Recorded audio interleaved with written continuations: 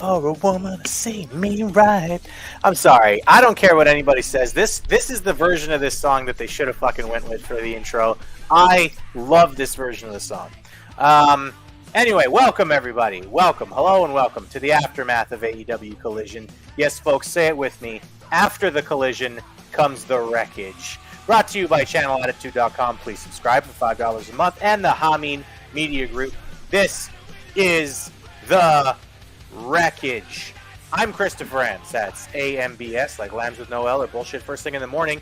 Don't worry if you ever forget how to spell my last name. I'll just remind you at the beginning of every show. Joining me tonight is my usually unusual co-host with the most from the Port Phillip Coast, from the blood of Alexander the Great, and today he's not even late. A great friend to you and me, Jimmy T of the PWC. Jimmy, how the hell are you, Philos? Oh, very impressive, Chris. As a matter of fact, the fact that you said the wreckage comes after the collision first impressed me, but the fact you said, "What's up, friend?" in Greek impressed me even more. I'm great, man. So, yeah, no, I'm ready for the wreckage because after last night's collision, I think we've got a lot to say, Chris. So, yeah, I'm just rapt to be here on channelattitude.com via Hamin Media Group. Yes. All right. Also joining us on his second tour of wreckage duty. Can't quite tell if it's worky or shooty. A doctor, a lawyer from the East Coast, the one and only Evil Dose. Jeff Lippman, how the hell are you, Shaver? Doing great. What's poppin', yo?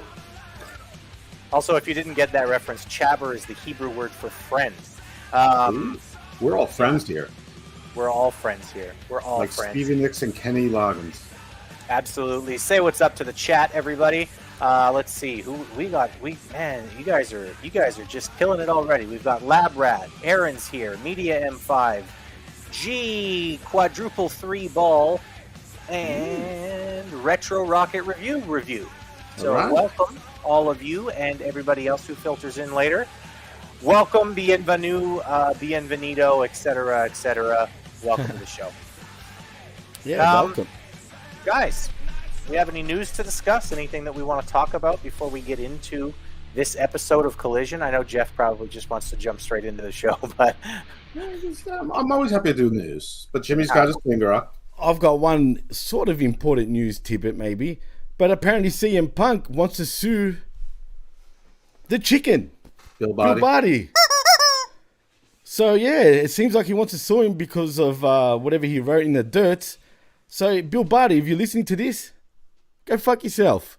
Yeah, he sent a cease and desist letter about something that Bill Body wrote. I don't know. I think he's gotten a little bit ahead of himself. I mean, he remember that he lost his suit against Dr. Aman lost his suit against CM Punk for basically the exact same underlying cause of action, different circumstances of cause, and caused a giant rift with his then best friend, which is, I mean, you know, it's not directly related to all the drama that's going on, but you can't really separate. The news I wanted to say is that Tony Khan, of course, because he couldn't resist, added 3 more matches to the 0-hour pre-show in addition to Athena versus Billy Starks. So you know that one's going to be a barn burner. But 3 meaningless matches, all multi-man matches. Swerve's group, the Embassy, against some 3-man group. I don't care, but it does matter. Swerve's group is going to get their win back because Swerve had to take the loss against Tanahashi, who we will have, I'm sure, a lot to say about his lower joints. That's right, Japanese. I didn't even know that. That's brilliant. I was too busy thinking about mine with Tony's fingerprint. But he also has El Fantasma, I think El Desperado against Stu Grayson. Gee, I wonder who's going to lose that one. And then there's the United Empire of Kraft Condiments versus some other 3-man group. And I assume that the United Empire, since they're semi-New Japan and semi-AEW, they're going to beat whichever random 3-man group this is. Don't really know, though. all right, yeah, and Billy Body getting sued. I could not give a shit less about Billy Body getting sued, but also, seriously, CM Punk, why are you like what? The ultimate act of selling for a fucking mark here is selling for a guy who, you know, he runs a tiny little piece of shit sort of, dirt sheet website, and you're going to sue him because what? Because he said, I don't like the fact that you held up a support LGBTQ plus sign. Like, that's, I mean, Jeff, you're the lawyer, but that's even legally, that's pretty fucking lame. Yeah, I mean, first of all, I mean, listen, you can argue whether dirt sheets are journalism all day, but I mean, it's writing a blog. It's First Amendment. Again, Dr. Oman lost the suit against CM Punk for speaking his mind in a similar form. And I mean, Bill Body makes his money from apparently doing like being a bookie or something, or giving betting advice. I don't. It's like the wrestling thing is like what he wants people to know he does, but he really wants them to take his betting advice and shit. And who's he? Doesn't he work with Brad Shepard, the guy who got canned from HMG? Yeah, all of them guys hate each other now, though. It's like a whole like civil war amongst all of the people who were cast off from HMG. They all cast each other off, and now they hate each other. So it's a lot of fun to watch them burn off in their little corners. If you read their stuff, I mean, listen, I'm not saying that they don't have points. Like sometimes I agree with their wrestling points, but they do it with such vitriol and venom. I mean, these guys, they're the blood that runs through their bodies are hate, and I'm Evil Dose, and I'm saying that. You're not wrong. You're not wrong. It's a whole lot of real angry people. But hey, that's Twitter. Also, I mean, it's the counterbalance to most Twitter wrestling, which is just ridiculous. I don't know if you saw. Well, you did see. I'm sure you saw. John Draper had that tweet. This was up on the HMG Facebook page. Somebody posted it. And, he tweeted a picture of this arena where his son was graduating. And he said, oh, I assure you this is the hard camera side, which is a funny little joke. And he had, I don't know, 100 fucking AEW marks just responding with, why are you obsessed with AEW? Leave them alone. It was like, It was like the Twitter version of like that "Leave Britney alone" meme from like 2010 or whatever. Holy fuck. But you know what? Even though it was a high school graduation, the demo was bad because there were a lot of parents and grandparents there. They were outside of the key demo, so the demo was like a 0.18. It's not good. That's not good, and that's what really matters. Big fail on that graduation. By the way, it's his daughter's or daughter. Okay. Not that anyone in the audience that matters, but on the off chance John Draper is watching, knows I'm here. He knows I know. So so shout outs to John Draper. Shout outs to John. I don't know who he is or what he does, but I just know that it's Kevin Castle's brother. Kevin Castle's brother. Shoot brother. Cool. One of 37 of them. They're like a litter of cats. Yeah. Well, let's not get into that. If you Speaking of cats, no, we won't actually go there. All right, so that's pretty much the news. That's pretty much the news for this week. Billy Body's getting sued, which is funny. And also CM Punk. I don't know. He's kind of a little bitch. Billy Body, you might think you're cool, but you're not Jimmy exhaling and inhaling and exhaling on the air cool.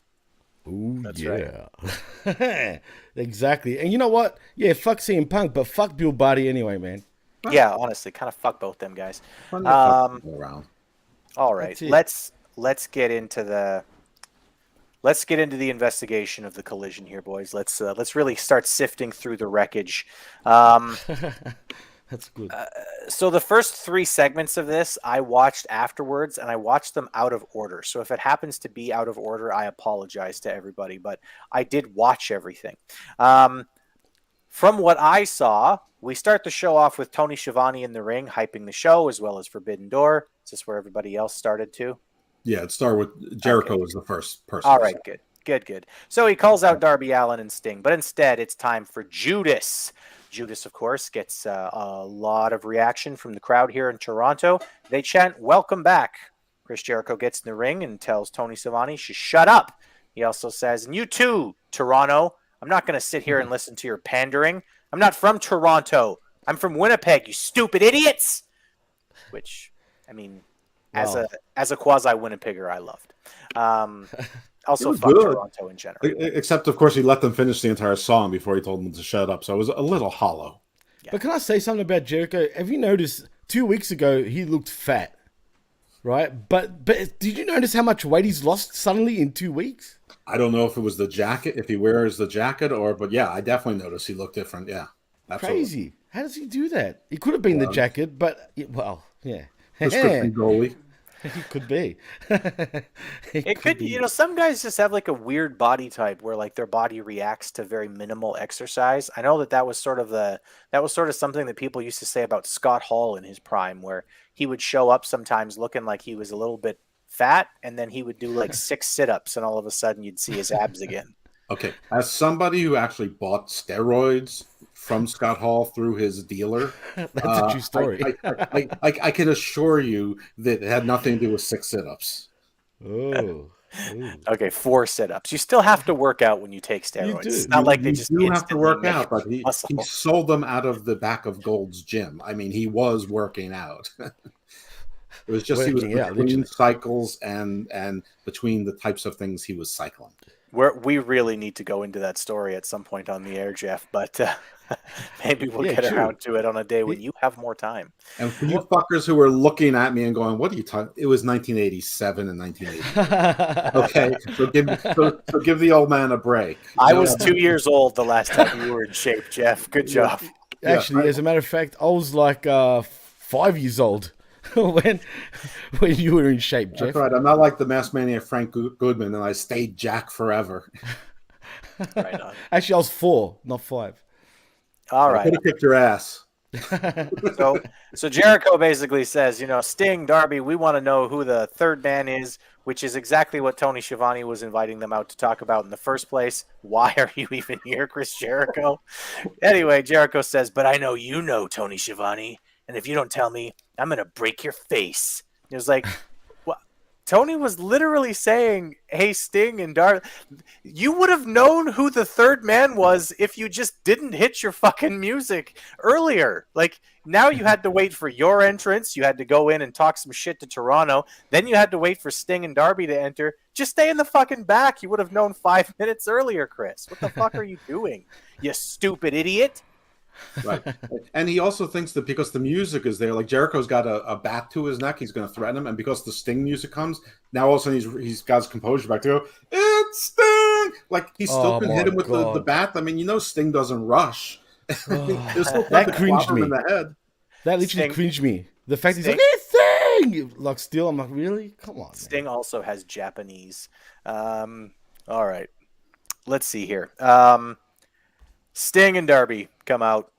Darby tells Jericho to shut up. He tells Sammy that who's not there this week, that if he shows up, he's going to get his ass kicked. Just like their partner once kicked Chris Jericho's ass at the Tokyo Dome.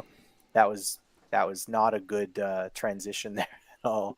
I think Darby maybe needs to spend some time on podcasts so he can learn his transitions a little better. So Tetsuro Nyato comes to the ring. He's dressed like Elton John, so that was cool. Jesus Christ. How come he didn't play the song? He's right. I mean, if it wasn't Elton John, it was Fat Elvis. So, I mean, Elton John's better because he's never fat. First of all, when he wears that, it's usually on special occasions. So I guess it was a special occasion for him. Hey, and he received the pop. I mean, the fans were chanting his name before his music even hit. It was a special occasion. He got $7,500 just to wear that and walk down and stare. Well, I would do the same thing. I mean, he can't really speak English. Have you heard him speak English? No, I don't need him to That's speak. how he would say it, English. He's fine without speaking English. He made his point. It's just Now, the look, outfit was silly. Tetsuya Naito is one of my favorites from Japan, man. He's great, I think, He anyway. was just a little godfather, that's all. Well, he is the leader of Los Ingobernables de Japón. What do you call a hoe train in Japanese? That's not a joke, I'm asking. Hotren. Okay. Oh, well, Jesus. A hot lane. Yeah, there's no R's in Japanese. Anyway, stare down. And then the underage, I heels guess that's the powder. punchline, right? There's a stare down and the heels powder out. That's it. That's the segment. Nice. So I guess it's going to be Tetsuya Naito. It's teaming with Sting and Darby, taking on Sammy, Chris Jericho, and who's the other Japanese guy? Who Jimmy? was the other Japanese guy? Oh, Suzuki. Yeah, right. That guy. Yeah, Honda. Anyway, Murder Grandpa. Yeah, exactly. Murder Grandpa. And they had the Sami Zayn Jimmy Uso handshake. Yeah, that was weird, man, because it looked kind of awkward sort of thing. But you know what? the one thing about Minoru Suzuki, the guy, as old as he is, he doesn't age once he aged, if that makes any sense. He looks the same every year. I mean, seriously. Honestly, who's older, Jericho or Suzuki? I mean, aren't Suzuki. they? By how much? Like how? Like is it like more than 4 years apart? Suzuki's got to be pushing 60, surely, man. I'll look that up actually in the meantime. But yeah, it should. I'm pretty sure he's a lot older than Jericho, at least by 8 years. Okay. But I'll tell you in a moment. But you guys continue while I look that up. Sure. Anyway, 4 really old guys with broke down bodies, and also Darby Allin, whose body is going to be broken down right away, and Sammy Guevara, whose body is going to be broken down right away because of the way that they, work. So that's cool. It's like a before and after version on each team. There's like before you work like an idiot and after you work like an idiot on each team. Awesome. I'm going to full screen because the chat has distracted me, but I think Aaron Ben Shlom, he answered my question that the Japanese Ho train looks like Rio. Oh, there we go. Shout outs to Aaron Ben Shlomo. Actually, Jeff, you're kind of, well, I guess you're right. Suzuki is 55, Jericho is 52. Yeah, I mean, like, listen, Jericho, he looks pretty good for his age. I mean, people can call him fat or whatever, but the man's 52. Suzuki looks like 72. Yeah. And Hey, by the way, he's still tough, man. He can still go. It looks like he got his hair cut by the chicken hawk from those cartoons. He's always had that hairstyle, except for when he had sort of like a rat tail happening. Listen, I know he's actually really tough. I know he did MMA, and he was like he's a legend in MMA. And like submitted like real fighters, not like losing to people like Punk. Dude, his profession is actually the Greek style of wrestling, which is pancreas. Which is that does not sound tough at all. What are you talking, mate? He's tough. Don't worry about that. It sounds like he talked you to your pancreas, is what it is all I heard from that. Jesus All Christ. right, gonna welcome a couple other people into the chat here. Billsy and Opinion Haver. Oh, I know that guy. Actually, pretty funny here. I like Retro Rocket comments review here about having the vet come on and tell us the history of every Japanese wrestler that appeared yesterday on AEW. He wrote us a letter in advance. Don't worry, he gave us a brief. Yeah, don't worry about it. Vet's taking care of business here. Also eating dinner. So what's up to you guys? Welcome to the chat. All right, next up here, Miro with a video promo. He talks about how his God told him that he would be successful, but his God turned his back on him. So he is turning his back on his God and his gold and his beautiful wife. And I don't... Why? Why is he doing this? Why is he turning his back on his wife? I don't understand. Viv Lana Straight. Yeah, I don't understand that either. Back on the table. I mean, I love Miro. I fucking love Miro. I'm so happy to see him back on my TV. What was the point of this video? His last line, he meant to say, "I am godless," but it sounded like he said gutless. And someone on Twitter posted it too, and I'm like, just my ears were playing with me. But he definitely said godless. He meant godless, but that's the only problem with it. I just don't know what he's doing with this. And by the way, everybody who's renounced God in fiction and literature and historicity usually ends up with being the victim of a flood, a lightning bolt, or being turned to stone or salt. So I'm not really sure what the end game here is. Well, that makes me worried. No storms. Anyway, yeah, Miro was there. That was good. That's about it. I don't have much to say about this video. Next up here, we've got another match as Tanahashi and Swerve will face off against each other. And Tanahashi is definitely hitting his old man stage of his professional wrestling career. Jimmy? Oh, it's sad, man. It's sad because I'm a big fan of Tana, but actually, funny enough, when me and the vet did the Machismo on the PWC network this past week, he was telling me how bad Tanahashi is looking right now. And then I saw him on Collision, and I hate to say it, man, as much as I love him and as much as I am a fan of his, he's got to just call it quits, man, right now. I mean, he's out of shape. He can't move anymore. It's just not Hiroshi Tanahashi of old anymore. And not that he has been for the past few years, but he's just... I mean, look at him. He can barely move. He fell off the top rope, Jeff Hardy style. Yeah, he did. He's not on drugs, let's put it that way. But he's just, he's not Jeff Hardy. Well, But I no, mean, really, he I needs to mean, like, it's Viagra and well, Ginkgo and like anti-arthritics. Those are drugs, aren't they? well, Blue Chew. well, Blue Blue Chew. Chew, Woo! yeah. Woo. No, but really, he needs to at least take some time off and heal up He's or not just young. retire. It's done. Those legs. I mean, from the knees down, where he wore his knee pads was hiding part of it, and that's part on purpose and part to stabilize him. But like from his knees down, his calves. If you told me that those were prosthetics, I would believe you because they're like atrophied. They're like tiny little sticks, and they are bow. He is bow legged now, and you're right. He can barely walk, and it's sad. And like I know what he was. I saw him last year. Even there's a there's like a 10-year difference from last year to this year on Forbidden Door. And I'm not going to pretend I was a Tanahashi fan or anything, but I've seen him and like he looks like an old man who was jacked in his youth, but just can't really work out anymore, and like maybe does like with the stretchy things every now and then, and rides the bike or walks in the pool because he can't jog or ride a real bike anymore. And it's I don't know. It is sad. And well, Swerve looked great, and Swerve looks like he's bulking up, and Swerve's a star. Bulking up, man. He's really bulking up. I mean, he's starting to look huge, like around the chest area. He's thickening. Right, no, I like it. I'm In a good like way. I said, no, absolutely. I've always been a fan of Swerve's, but right now he's looking at his best, in my opinion.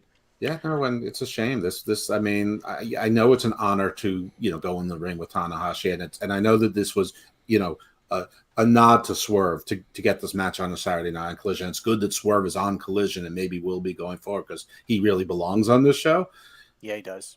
But this was sad, man. Did you notice the tribute? Not that anyone probably noticed, but did you notice the tribute that Swerve did when he came out? To what? Well, did you notice the jacket he was wearing? Wasn't it his Pimpalicious jacket that he normally wears? No, it was actually. Do you remember Jimmy Rave back in the day? Barely. Well, yeah, he used to wear the same jacket, so it was a little tribute to him, saying, R.I.P. to Jimmy Rave. But yeah, that's why he was cool. wearing the same jacket. Just putting it out there. Whoever the fuck that was. Anyway, this match was really rough. Tanahashi clearly just sort of trying to rely on nostalgia and comedy to get him through his matches, which, hey, I mean, if you can barely walk, that's kind of what you need to do to get through a match. At one point, though, I was very confused. He tossed Swerve his air guitar and then Swerve played it. Oh, God. Yeah. It was funny, don't get me wrong. It was kind of funny, but it was stupid at the same time. But that's Tanahashi for you, man. That's his shtick. Okay, listen. I don't like Wrestling 101, right? Wrestling is meant to simulate a competition between two people who are trying to win the match by pinning their opponent's shoulders to the mat for 3 seconds or get a submission or get a count out, right? That's the point of professional wrestling. If your opponent's gimmick is that he plays the air guitar and then tosses his air guitar at you, the appropriate response is to punch your opponent in the face, not play his fucking air guitar for him. You're right, Chris. Technically, you're right. But I think it's out of respect to Tanahashi, man. I felt like Swerve was probably feeling, privileged to be in the ring with a legend like Hiroshi Tanahashi. So I think he just played up on it. You know what I mean?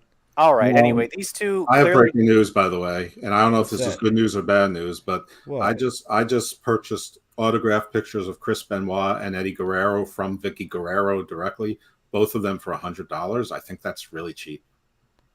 Does not feel like really cheap for those two guys from Vicky Guerrero? Like she must be. It like, is. yeah, she must not have money. It's a garage sale at Vicky Guerrero's house because she's also selling Eddie Guerrero's championship belt.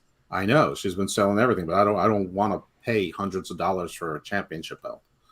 Yeah, because you'd have to defend it, Jeff. And like you said, you haven't had abs since 1987. That's right. I need to use all my dark magic and light magic. I need it all. You said $100? Is that what they're going for? Apparently it could have been less. I mean, that was my first and only offer. I honestly didn't expect to get them. Wow. Okay, interesting. Okay. Well, go buy shit from Vicky Guerrero, who's hawking all her husband's shit, guys. She's such a cow, man. I don't even want to get into it, but she's really a cow. I mean, I don't want to get into it either. So let's But she's not got get into it. $100, so guys. Well, Let's keep talking about this match. I have written here clearly these two didn't speak the same language, as they appear to be a bit lost trying to work with each other. The feet were in the wrong places. They were sort of stumbling over each other. The high fly flow, which looks more like a medium height fly flow, yeah. gets countered. Swerve goes for a double stomp but misses. Tana with the dragon whip, and then he falls off the corner, as Jeff said, just fell right off the corner. He got himself back up. There's a battle for positioning there with Swerve on the top. Tanahashi knocks him off, hits the slightly higher than medium fly flow, and gets the win. This was not a very good match. Swerve is way, way, way too talented to be mucking about with just taking pins from everybody, which is what he's been doing lately. They need to push Swerve in a real way because he's really good, and Tanahashi is really, really old and is, point number 2 for my Japanese comment. Japanese, literally. In this case, it's legit. Yeah. Anyway, MJF appears on the screen. He says Tanahashi isn't on the level of the devil, and tomorrow night he's going to shove the air guitar up Tanahashi's ass. Which, doesn't that mean he won't be shoving anything up there because it's an air guitar? That's true. Or That's true. or is the plan to use like an air compressor? I don't want. You know what? Oh, I don't yuck. wanna know. I don't want to Jesus. know. Come on, bro. An air compressor. Yeah. So up to this point, Oh. the show felt very much like it was a continuation of Dynamite, just not as frenetic, and the pace was still better. But this is why I'm Tony's fingerprints, because to this point, it still felt like very much like Tony was booking the show. Agreed. Jimmy? I don't know if Tony was booking the show, but I mean, we forgot to mention at the start of the show, like before the actual show started, if you guys noticed, they had a rip-off of Saturday night's main event sort of theme Survivor music. Series. No, but that was Saturday night's main event. Remember when Saturday night's main event would start and right before the show would kick in, they will do the interview. You see the wrestlers doing little like interviews, and then it'll kick in. But That's what they AEW does. I mean, one of the things they've always done well is show those counter video promos through the show. But yeah, I mean, say always. And I've seen some Mark Henry led segments where those were not good. well, this is true. But you're right. But I was on the Wrestling Soup coverage the last night, and everybody was talking about Survivor Series, and frankly, I don't remember that far back either. So. No, that's true. Survivor Series, I remember the old school ones back in the 80s and early 90s, they did do that too, but it originally started with Saturday night's main event. Okay. Either way, it got into a lot of people's feels in the good way. No, absolutely. It was good. I liked it. I did like the start there. Okay, so next up here, we've got Brody King versus Andrade El Idolo.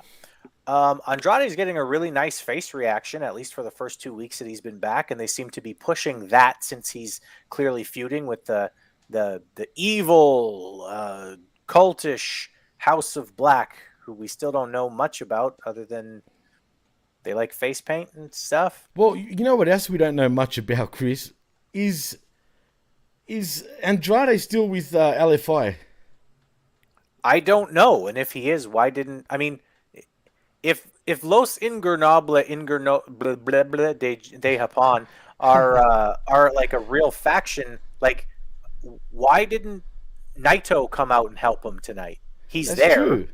As a matter of fact, Naito was under the tutelage of Rush and Andrade in Mexico.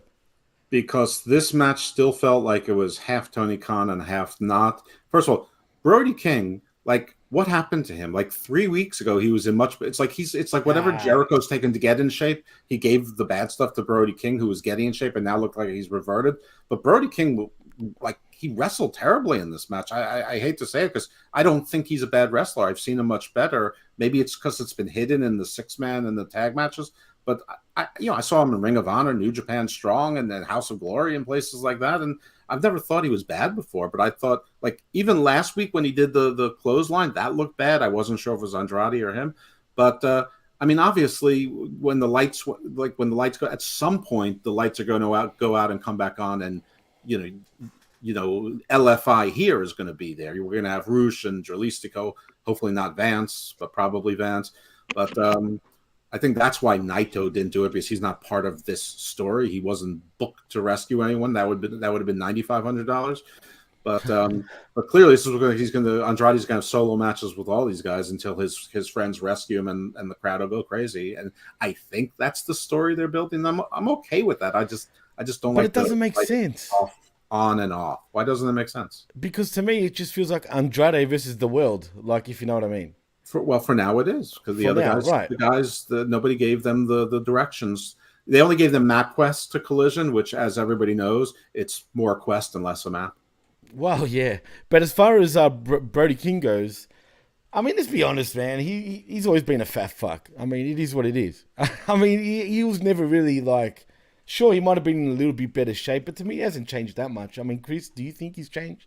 I haven't noticed much, but I haven't been paying super big attention to whether or not Brody King has abs. So I'm not sure. He's gone that way. I didn't mind this match, by the way. I had a very different view of this match than Jeff did, apparently. I liked, first of all, that the commentary was focusing on this match as a wrestling match. I very rarely care that much about what's going on with commentary, but I liked that the focus of this match was, okay, Andrade has an injured shoulder, and he's going after the knee, and like there was very like simple sort of day one wrestling commentary stuff going on here that I think too often a lot of people who do commentary professionally get away from. Anyway, speaking of getting away from, we've got somebody here whose wrestling knowledge just goes far beyond anything else that any of us have. Joining us for his second straight run-in, the opinion haver himself, the Vet, is right here on the Wreckage. Vet, welcome. Hello, fellas. What you guys talking about? Talking about wrestling. What do you want to talk about? Brody King? Yes. Yeah, we're talking about just Brody in case King you versus Andrade El Idolo. Okay. Just in case you were confused, Brody King's not in any different shape than he's ever been. He just got a tan at some point. That's all. Exactly. All right, go on, Chris. All right. Like I said, I didn't mind this match. Apparently, it was a little bit sloppy or whatever for Jeff's liking.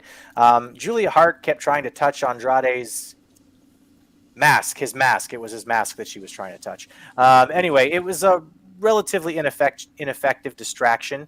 I thought it was a little bit of a weird choice that they started off with about 4 or 5 minutes of Andrade just dominating the match. I always think that's a weird choice if you're a smaller face against like the big monster heel. I always kind of think that your job should be to sort of run away and tire him out if we're doing logic. But anyway, they might be telling a specific story here. Andrade keeps focusing on the knee, which is exactly what he ought to be doing since he's finishing his matches with the figure 4.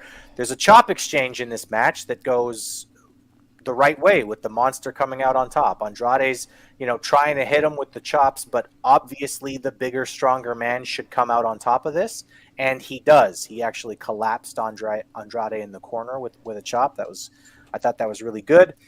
Andrade did a good job of selling exhaustion as well as the shoulder injury. I think that he really did a good job. Every single move, every time he was getting up, he was rubbing that shoulder. Even if he didn't happen to impact with it, it was like even falling down on your back hurts your shoulder, which if anybody's ever hurt their shoulder, that's fucking what happens. Everything hurts when you fall down and you've got an injury.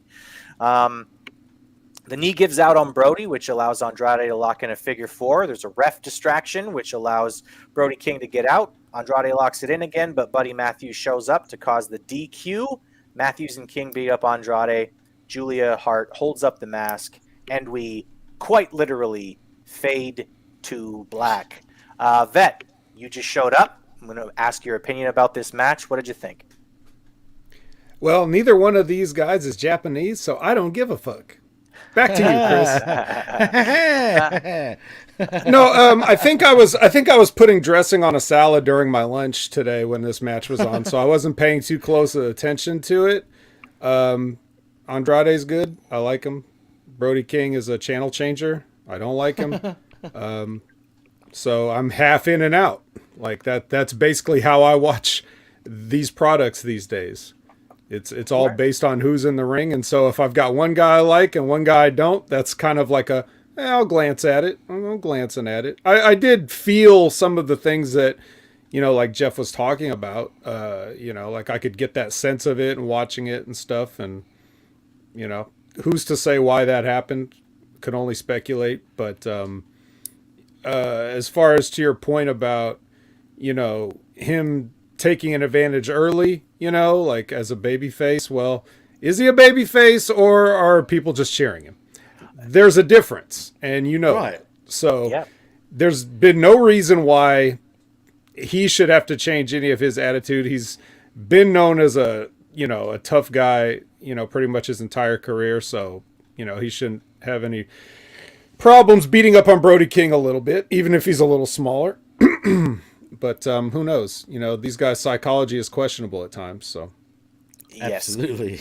Well, there's a difference maybe nicely. because they tried to steal his mask, which I think it's a little bit goofy, but I mean, at least it didn't distract him enough to lose the match, which was good. I also like the use of a DQ, which until recently AEW was doing. I think they had done like 5 DQs in its history, and like 3 of them were within the last 4 months. But I liked on Collision already they're using DQs as a plot point. So that's how we know he's a babyface. And then at the end, Malachi Black's face came on the screen. I like what he did with the paint. It was sort of like, it was more precise than that black mask that he normally has. And I don't know, it just looked like he's looking like he's an evil mastermind and you don't know exactly what he's saying, but it's evil, which I think is better than him sitting or standing in the ring. I actually like when he sits like Raven. I don't know where this is going, but I assume it's going to be for the trios championships at some point. And those parts of it I liked. I didn't really love the match, but I definitely think that this established that Andrade is the face. And I have to say this, that I like how him and Charlotte are saying hello to each other with the finishers. Like she did the Ingobernade Tranquilo, and he did the woo before attempting to do the figure 8, which he can really. Last week he could only manage a figure 6, and this time he did sort of like a figure 7. Yeah. Cool. Well, Vet was a little bit, a little non-committal on whether or not he liked the match. Jeff didn't particularly like the match. I did. Jimmy, you're playing spoiler here, buddy. What did you think? Well, the match wasn't too bad. I must admit though, I kind of was going in and out of this match. As far as Brody King goes, what is he? Who is he? I mean, he's just a big bad dude, but other than that, he does nothing. I mean, really. He doesn't really say that much. He's not really that good on the mic. I mean, he's just a big dude and that's about it. He has a tan? Really, well, he has a tan. Big deal. Tattoos. Also and a great beard. Tattoos and a beard isn't special in wrestling anymore, Jeff, though. You have to admit that. Yeah. Wow.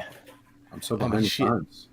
Yeah. I mean, shit. Everyone's got tattoos and beards these days in professional wrestling. As far as Andrade that's like goes, super special as a podcaster because he's not a white guy with a beard. Like I don't know how he gets away with that being on podcasts. It's incredible. I know got on this show. I know. Tell me about it. But no, as far as Andrade goes, that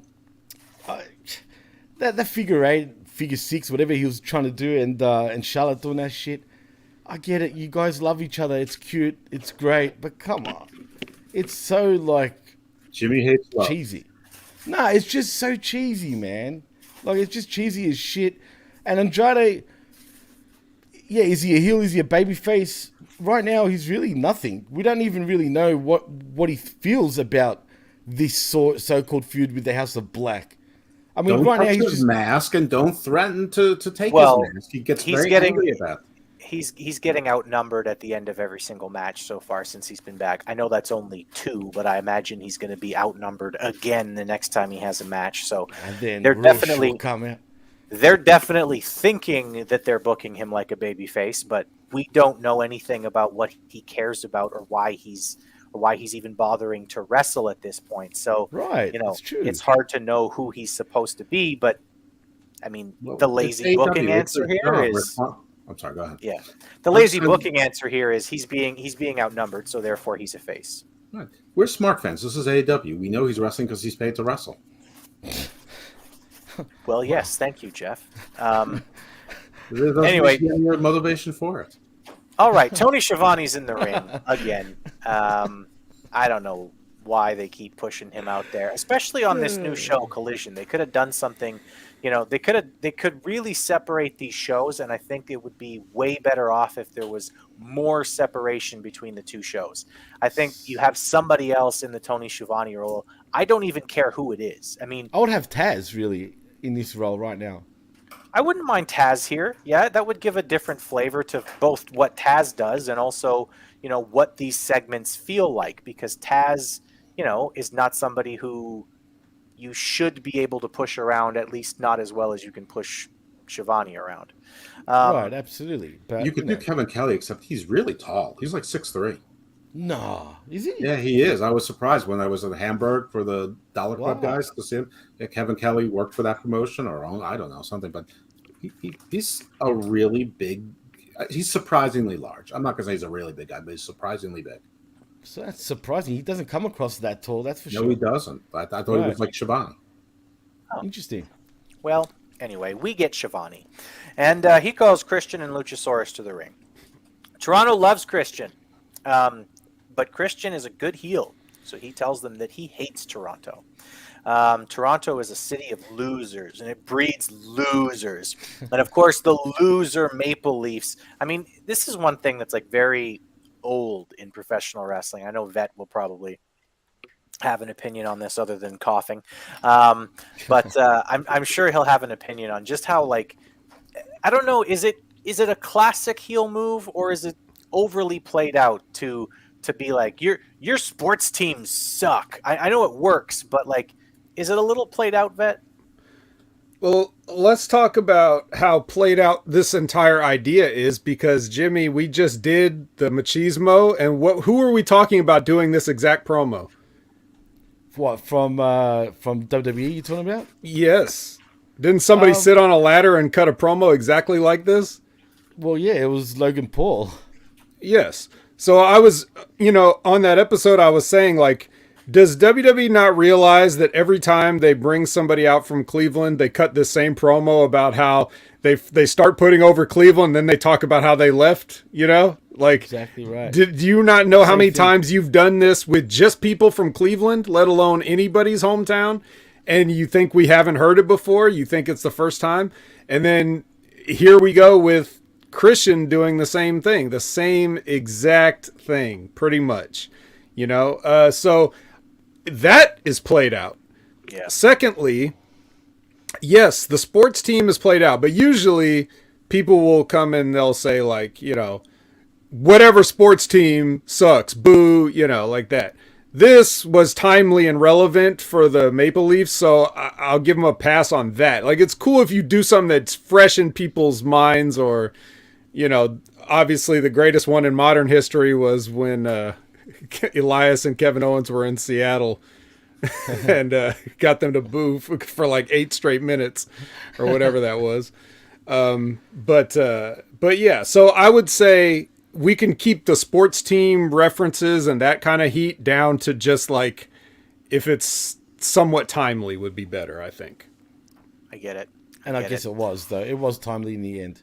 Mm-hmm. But still, Christian knows what he's doing, and sure, it was kind of it's wrestle crap. It's typical wrestling, this exact promo. But Christian has been one of the good points, I think, in this company. So, yeah, I'm all for it. And right now, he's being the $1 Million Man to Luchasaurus Andre the Giant. That's what I feel like they're sort of going back on, in my opinion. But yeah. Well, then Tony needs to strip that off of Luchasaurus and hold a tournament. Right. Exactly. WrestleMania 4. Tony's not doing shit. I mean, it's a little bit different. It's less DiBiase and Andre the Giant, and more actually Christian and Edge, when Christian was walking around with Edge's tournament thing. I mean, it's but the King of the Ring you're talking about? I think probably. I'm pretty sure it was the King of the Ring. Whatever it was a giant trophy. Anyway, right. This is clever. I don't know. I mean, listen, yes, it is a tired trope for heels, but it works, and that's why it's a trope. It's like saying the bad guy takes the woman and puts a gun to her head and says, "Let me go, give me a helicopter and $10 million, or I shoot her." Is a trope, and you shouldn't have it. I mean, it's impossible. It's just going to be there. It's what they call cheap heat, and it lets you know that even though people want to love Christian, you're not supposed to for this television show.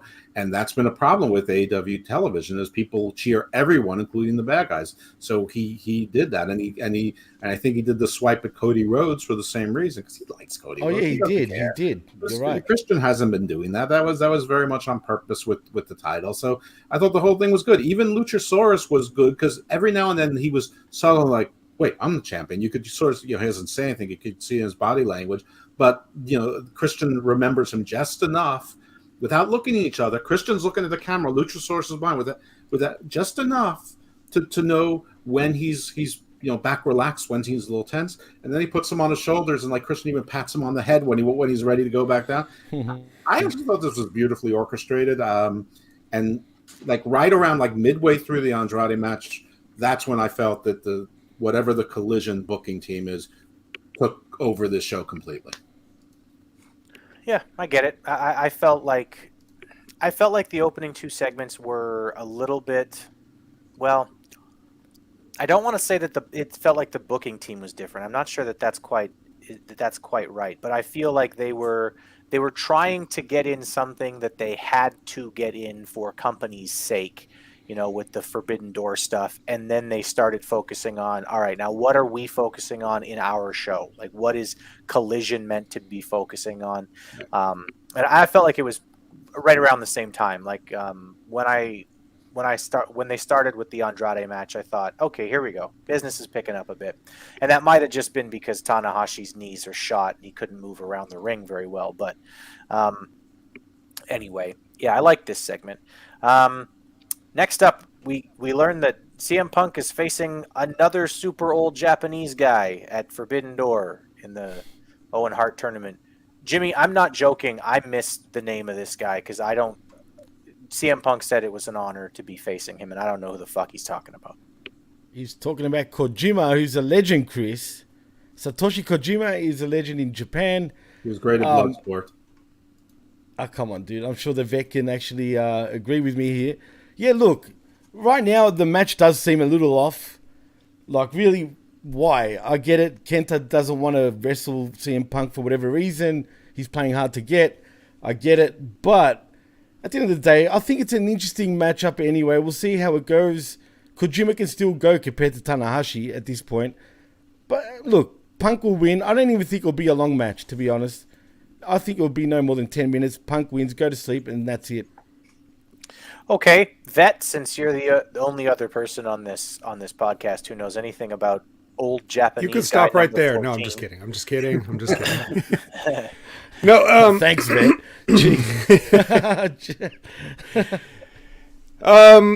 So yeah. Well, fun fact about Kojima, he was at one point an MLW champion on MLW's first go round. Was it? Which no one remembers. 2002 you're talking about? Yeah, that long ago. Yep. Oh, God. But before Hayabusa killed himself. It's been a long time. But it doesn't matter. Legend or not, MLW champion or not, this is an extremely random matchup that everyone in the world is shaking their heads or scratching their heads going, huh? I don't know. Why? I don't know. Of all the people that you could have. And Kojima's a good company guy. He'll have a job as long as he wants it. But he's definitely, in that he's in the plus 50 category. He's not used as like a main guy anymore. He's there for like sporadic appearances or just to fill a spot or whatever on some tours and stuff like that. To the point that, recently he was the GHC heavyweight champion, right, Jimmy and Noah? Yes, and he was. It's like, He was. so it's like New Japan is like, we'll take one of our old job guys and send him over to Noah to win their main belt. Like that's how bad Noah of a shape they're in, right, as a company right now. Absolutely. So it's like R-Truth showing up and winning the Impact World Title. yes, it's just like that. But It's just like that. Right, but at least with Truth, you know what I mean? It would make sense because he's got a history in Impact and he's a former NWA champion and whatnot. But anyway, continue, Vet. Yeah, no. So I'm just trying to say that, like, you know, this is extremely random. So like I'm in the same boat as, you know, Jeff, Chris, everybody. Like, I don't know why this match is happening, but you know, whatever. Maybe Punk requested it, possibly. Yeah, maybe. Like I couldn't tell you why it would happen or even why he would request it though. Right. Like it just doesn't seem like it's gonna be easy night because Kojima's one of those guys that like he does not lay it in on American dudes. So it's gonna be a night off for Punk, which he needs. And so it's probably like yeah, perhaps it's going to be like one of those situations where if you notice, what have we seen Punk in since he came back? 6-man tag, 8-man tag. Now they're probably like, who in New Japan do you really want Punk to go over on quick? Like, you know, we need somebody, you know, and he can't go very long. He's still getting his wind back, so he's getting back in ring shape. So they're like, I don't know, Kojima, he's pretty good. Fine. But who's gonna general this match? They'll just pre-plan the whole thing in the back. Doesn't matter. That's how everything's done now. By the way, your sentence in any other context would have been very weird. He doesn't lay it in hard to American guys. It's like, you know, like ethnicist in the best way. Well, I would if you are not in the right context for that comment, then what the hell are you doing here? And sign up for channelattitude.com right now. Absolutely. That's right. Jimmy, splice that out of context so that we can use that against him in awkward times. You're funny. All right. Geez. This is inadmissible, Jeff. Inadmissible. We're not in court, buddy. All right. Speaking of inadmissible, I don't know. I don't know how everybody else feels about matches like this. Willow versus Nyla Rose. I guess this is a I was Haas falling battle. asleep. A Haas battle. A Haas battle. It's sort of an age-old story here as two big wrestlers are just trying to push each other around. There's tests of strength, etc., stuff like that. But this was it was too slow, I think, even for two big wrestlers. Like we got to see we've seen some pretty decent Haas battles actually on AEW. In the past, we got to see Powerhouse Hobbs and Wardlow. I think had a really good one in like year 2.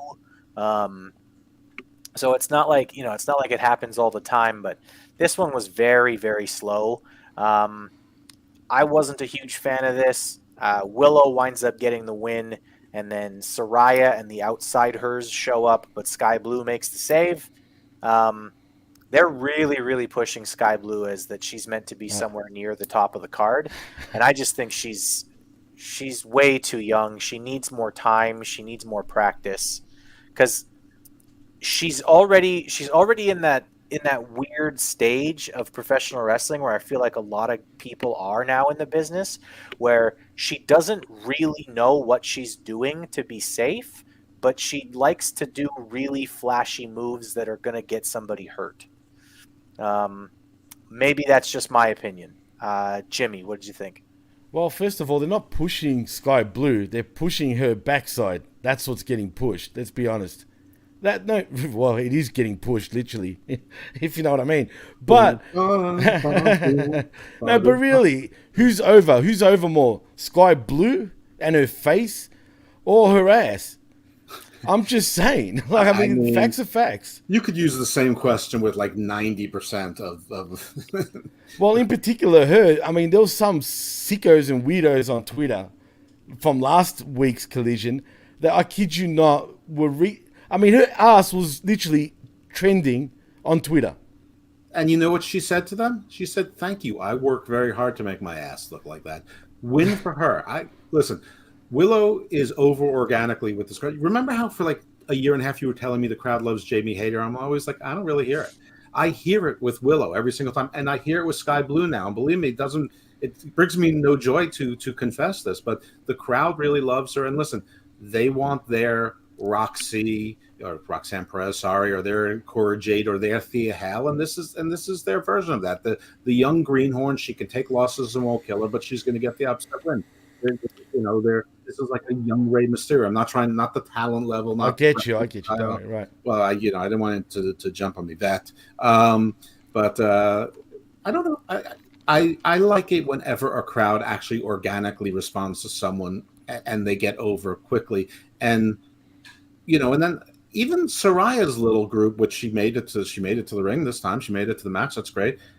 They were actually strangely effective and demure. They didn't get in. They didn't do the spray paint. They weren't all over the place. They just surrounded the ring. They looked menacing. They didn't do anything, and they walked around. They walked out like back. They retreated back like heels.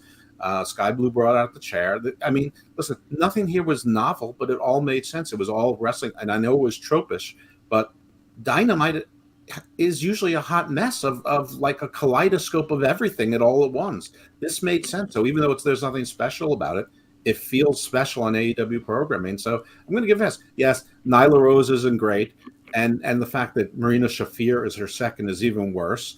But the right person won. And listen, I feel very much like Willow. Like she reminds me of like the Jimmy the Boogie Woogie Man Valiant kind of charisma.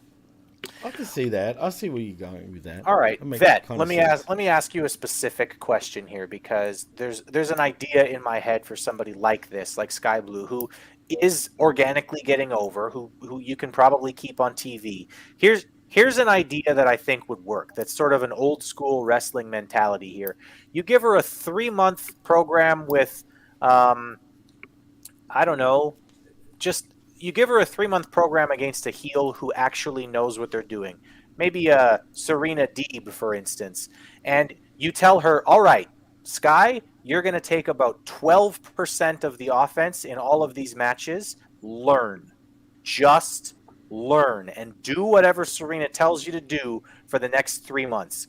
When that's done, you give her another 3-month program against a similar kind of wrestler, someone who really knows their shit, because they're pushing this girl to the point where she's getting 90% of the offense in her matches, and I just think that that's the worst way to teach a young kid. What do you think?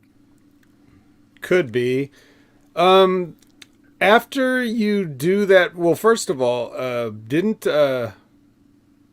Serena beat Sky Blue and give her 12% back when Sky Blue was brand new? I seem to remember her being one of the people. Secondly, after you get done with that program and possibly Tony Storm, you're out of people who are that much better than Sky Blue that it could make an appreciable difference.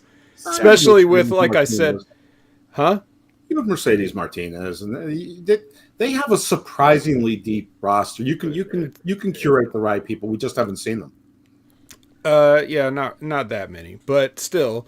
For the people that, again, like Mercedes Martinez, somebody that you can you can point to as like a veteran in this business that I didn't even hear of until she was over the hill, and also she's one of those people that came up in the generation of planning everything in the back. So whatever. The point is, there just really aren't that many people to where Sky Blue just getting the reps, regardless of how sloppy and terrible they are, is helping her out. Because as bad as she is now, think back to when she debuted. She's markedly better than that. And she still sucks. Right, but you can still tell how much better she is. So the only way she's going to get any sort of seasoning is just doing it, whatever, even if it's wrong, even if it's stupid, even if it's bad. I think when she slid in with the chair, she like caught herself on the apron. And I was like, oh God. But what, hey, first time you ever did a run in with a chair, kid, now you know. Yeah. They don't teach run in, slide in with a chair during wrestling school practice. How do you teach that? Yeah, we don't drill that. You can't teach that. Yeah, you can't. You can, but they don't. So anyway, yeah. But this isn't even about her. This is about Willow Nightingale and Nyla Rose. And I have to say, these two ladies, so inspirational. Matter of fact, I was still on my lunch break when this was going on, and they inspired me to go get a cookie sandwich for dessert. So I enjoyed a cookie sandwich, and I kind of watched the match, and I was like, yes, I should have paid more attention to Andrade and Brody, but but in the end, the main point is Willow's kind of in the boat that you were saying, like having people who are inexperienced do dangerous shit. Like, I've seen Willow do some fucking dangerous shit, and she can barely do the basics. You know what I mean? Like, didn't she almost kill Anna Jay on that table spot that time? Yep. I mean, Yeah, that was her, right? It was. That was her? Okay. Absolutely. So, that being said, the people do like her. It's a Toronto crowd, so maybe not that much in the rest of the world, but still, like, they're coming along, and same thing with Sky Blue. It's like they're not cheering her, like Jimmy said. They're cheering those shorts. That's what they're cheering. Not everybody is willing to show that much cheek. So you got to appreciate when you see it. Yeah, it's true. Are really over. Jeff, I know you've got a heart out. You've got to get to your gardening. Did you wanna give plugs before you take off? No, I'm actually. The hard out was not as hard as I had led you all to believe, because I always factor in a bit of margin for error to light a fire under Jimmy's ass. Otherwise, he gets distracted. He's funny. He's funny. He trolled us. I have Riverside opened up. I sent the link to my guest, who is a British horror author. And this show is going to be saved probably for Spooktober in October. So. Awesome. So nothing interesting then. Scorpio. Speaking of nothing interesting, Scorpio Sky. He's backstage, and he's back, and he's serious, and he's gonna be real serious about seriousness. Anyway, yeah, Scorpio Sky, ladies and gentlemen. Aaron Beth Shlomo, put more sleeping emojis in the chat, please. I mean, but do you think he's a face or a heel? And what do you feel about him having a gimmick like Velveteen Dream or like House of Black, where he snaps his fingers and the lights go out again? Like another guy that the lights go out for. That, I mean, frankly, I know what his accolades are, but we haven't seen him in like 15 months. Does he deserve that lights out finish, or does it matter? Am I just nitpicking? No, you're not nitpicking, because if everybody can control the fucking lights, then it doesn't matter when somebody can control the fucking lights. It's like storytelling 101. Everybody has the same superpowers, then nobody's a fucking superhero. I appreciate it. And I wouldn't mind even if it was Jay White who came in and he did that, because he came in as a superstar. So a superstar should get superstar treatment. Like if a Ric Flair came in, not now, but like 30 years ago, or Savage, someone like that. But I don't know, Scorpio Sky, and like his all of his accolades are like, post age 35, which is not that unusual. He's in his 40s now, isn't he? I'm pretty sure. I think so, but I had Ty and Morrison's ages wrong, so what do I know? Who, Johnny Television? Oh, right, sorry, I'm so confused. How fucking stupid is that? But we'll get to that. Different guy entirely. No, we won't get to that. Because it was on Rampage. We don't ever have to have to that. Yeah, that's true. We got to it yesterday. Yeah, we got to it already. We got to it with John. True. All right, Jimmy, I'm going to ask you, because Vet already kind of gave his hilarious opinion about Scorpio Sky. Jimmy, are you excited about this? Do we know anything about who Scorpio Sky is meant to be this time around? Or Can I just say this? And I'm going to just say this. Scorpio, bye. Yeah. That's it. I mean, and I'm sorry to say that, because at the end of the day, I know Jago, and shout out to Jago, he's friends with Scorpio, bye. But I mean, for the last year and a half, whatever it's been. No, that was a mistake. You just should have gone Scorpio bye, snapped, and taken yourself. I know, that's true. That's it. Scorpio bye. But I'm just saying, he's been gone for a year and a half, whatever it is. And we still don't have a clue why he's back anyway, really. I mean, who cares? But does he still have a god? I have no idea. I mean, does he still have a beautiful wife? Does he even have a wife? Is he gutless? Godless? Sorry. How did he get this house? How did he get this wife? I have no idea. But at this point, ciao. Ciao. Bye-bye. Adios. Sayonara. That one's for you, Vet.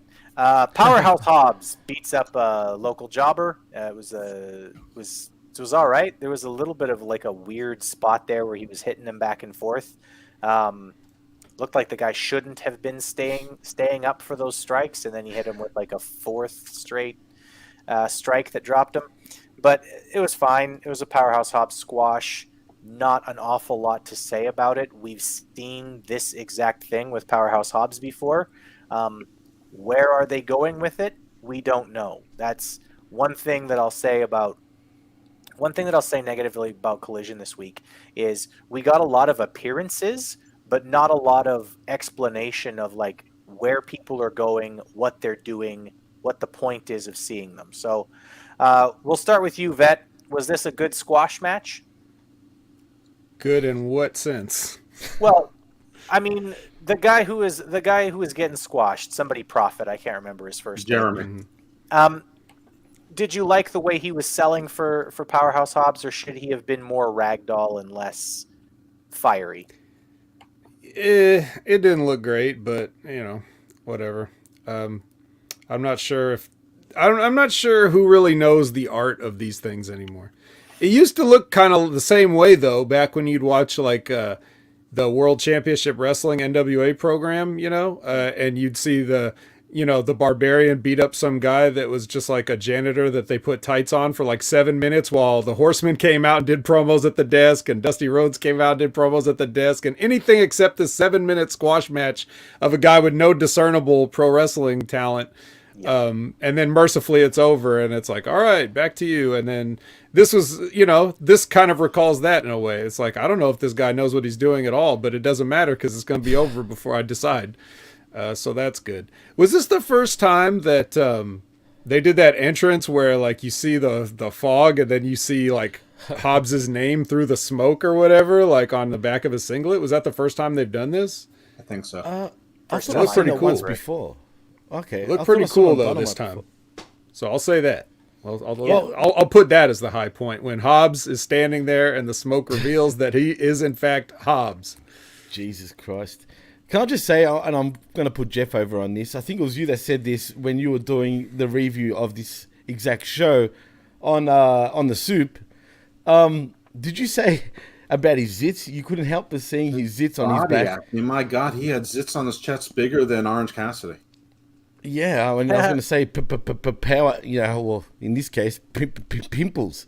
I mean, shit. They were pretty big because I went back on it just to see what you were talking about. You made me laugh with that comment, by the way.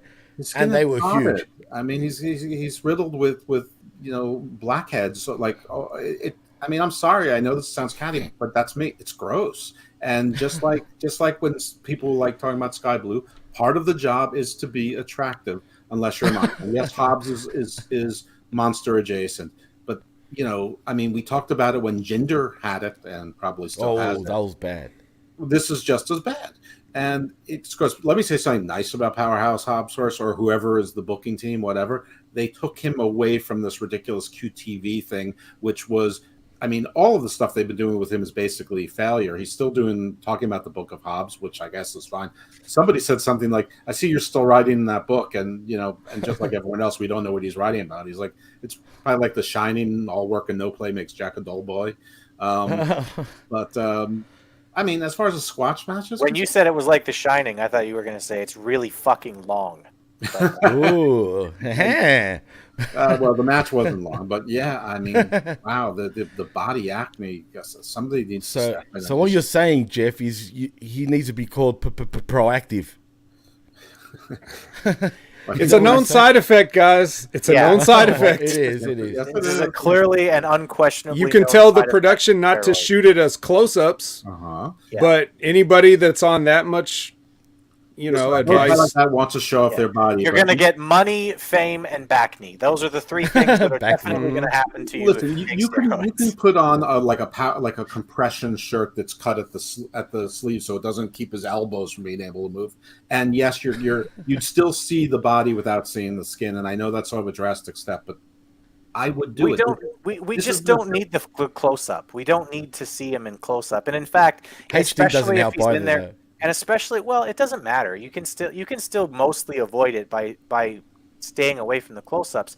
And also, I mean, if he's in there against somebody who's clearly there to be a little guy to get his ass kicked, not doing close-ups and showing the difference between their two bodies from a distance is a good way to do it anyway. because you can see how much bigger he is than his opponent. You can't avoid close-ups of a professional wrestler forever. This is not something that's going to go away in a week. I'm just saying part of the job is aesthetics. Can I say, It's true. I mean, what's the point anyway of Hobbs doing another squash match? Really? How many fucking times did I need to do this? I'll tell you why, Jimmy. They don't know what to do. Yeah. Well, They just don't, because it's like you look at him and you're like, well, why isn't he the champion and beat everybody? Right, exactly. So instead of that, they're biding their time trying to figure out, okay, what do we do? What do we do? Well, let's give him a squash match. Let's give him a book. Let's give him a vignette. Whatever. They just don't know what to do. That's the answer. Well, make him walk around Oakland again, writing in his book, snitching on everybody. No more snitching. We didn't. He can like become an snitch informant, calls. maybe. I mean, How do why you know not? he just wasn't writing like scripts for QTV? Could have. Maybe he wrote could have been. that rap thing for Harley Cameron. Maybe he was writing poems for God. scripts. On behalf of Australia, I'm sorry anyone had to hear that. Just quietly. Just saying. It was bad. That was bad. All right, we're gonna move on here. Listen, AEW tends to do this thing, and it bugs the shit out of me every single time they do it. They sell for whatever the fuck is coming up for 5 straight minutes, and they just talk and talk and talk and talk. This is what's next, and also this match, and then this match is going to happen, and it's very fast, and you don't get any time to breathe.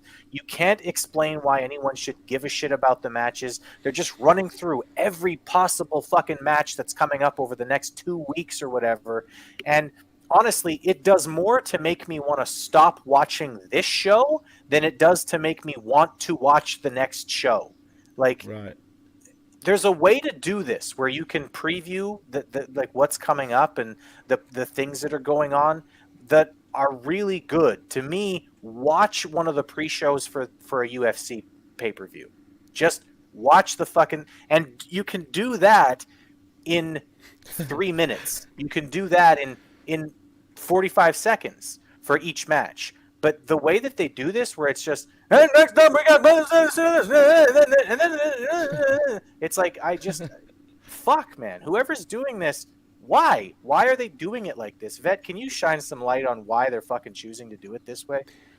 Well, first of all, in honor of this point that you've made, I've decided to cut my plugs way down today.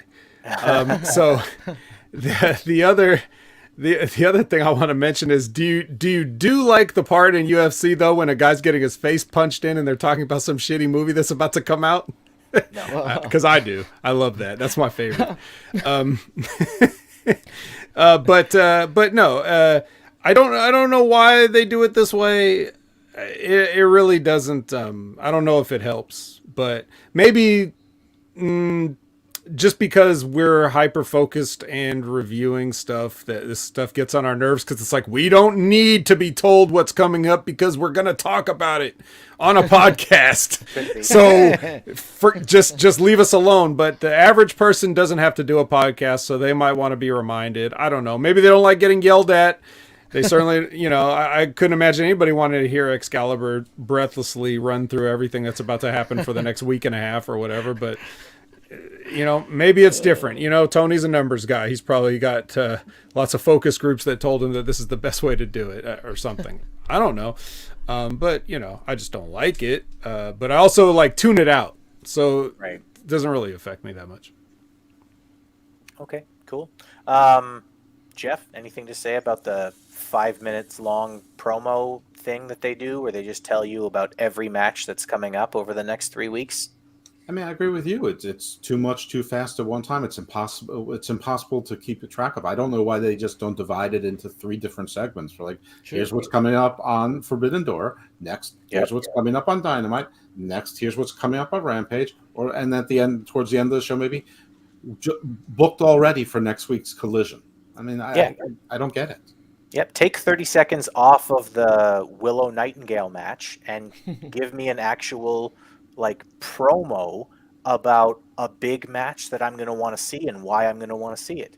Well, here's Instead this. of Jericho be a heel and don't wait for a 3.5 minute song to finish before saying shut up to the crowd. Just cut off and say shut up right away and get right into it. There, you just found 3 minutes.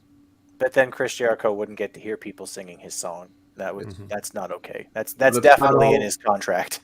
but it's not all about Chris. Oh, never mind. I just heard it too. Yeah. Yeah. Yeah. All right. Coming up next here, we've got the main event. There's a half hour to go in the show, and we're starting the main event. I like that. Bullet Club Gold with the Guns versus FTR, Punk, and Ricky Starks. It's Punk the Bang and Bang White- Club. I got to say, Punk and White know people want to see them wrestle. So White takes it right away from the crowd. Right. Great heel move there. He killed it in this match just quietly, I felt. But continue on. They really off-rolled it, to be honest. Yeah, this Yeah, was they a did, really they good did. main event. And It I got to was. say, I'm definitely with that, like just that, like the way that he started this match of like, we're gonna go, and you can hear the crowd, and he just goes slap, jump out of the ring. That was the moment. That was probably the first moment where I thought, okay, I can definitely see what Vet and Jimmy are talking about. This guy, he gets it. He gets pro And wrestling. I'm glad you saw that, man. And about time, too. I mean, but yeah, sorry, Chris. Continue on, though. Yeah, fair enough. This was good match. This was a good tag match with fundamentals. Heels taking little shortcuts in the corners. Both teams trying to, isolate whoever from the other team is, right? Keep them in the corner. Quick tags in and out. They're actually tagging in and out. It wasn't just everyone everywhere doing And everything. tag ropes, jumping too. all over the fucking place. There was tag ropes. Yep, I know. Like it sounds like such tiny things, but when you watch a lot of wrestling, it makes a huge difference when people are just doing the basics. It's like it's so refreshing. I love it. Punk also, he got a really strong mixed reaction from the crowd. Very I'm strong. thinking, they talked about that he might get booed at the pay-per-view.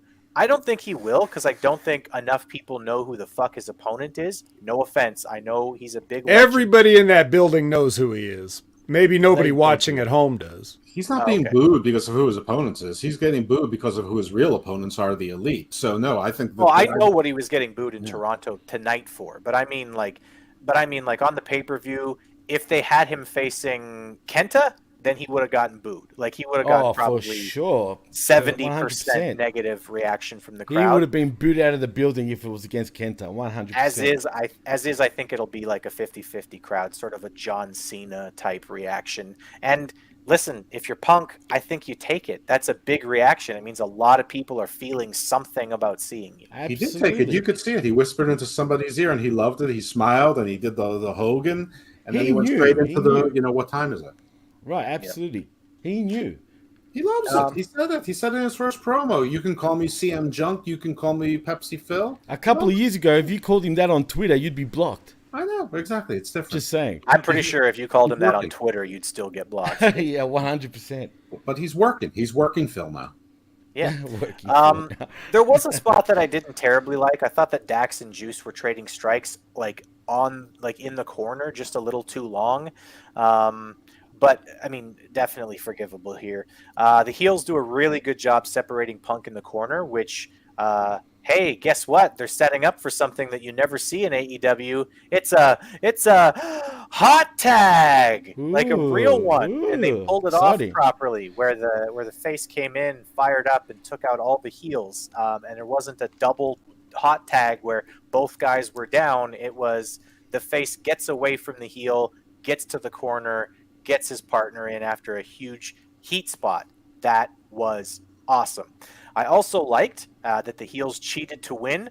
White gets the win and the pin over Starks after some outside interference type stuff. I loved this match.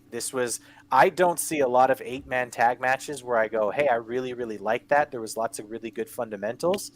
This was an excellent match with good fundamentals, and I mean from everybody in this match.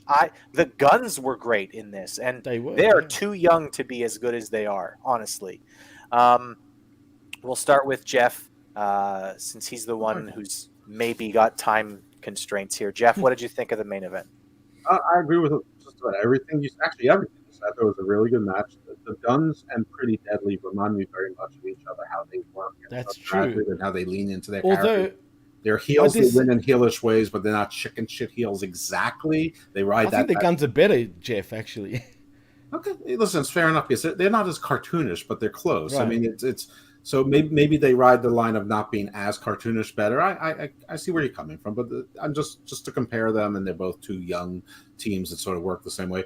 I think it was important that Jay White got the win in this. He got the Absolutely. pin. I was fine with Juice with the punch. I just wish that his punch was because of the quarters or something. Again, that they repeated the old coin in hands, like a left from Juice Robinson shouldn't knock him out. I know they're facing each other in the Owen coming up soon.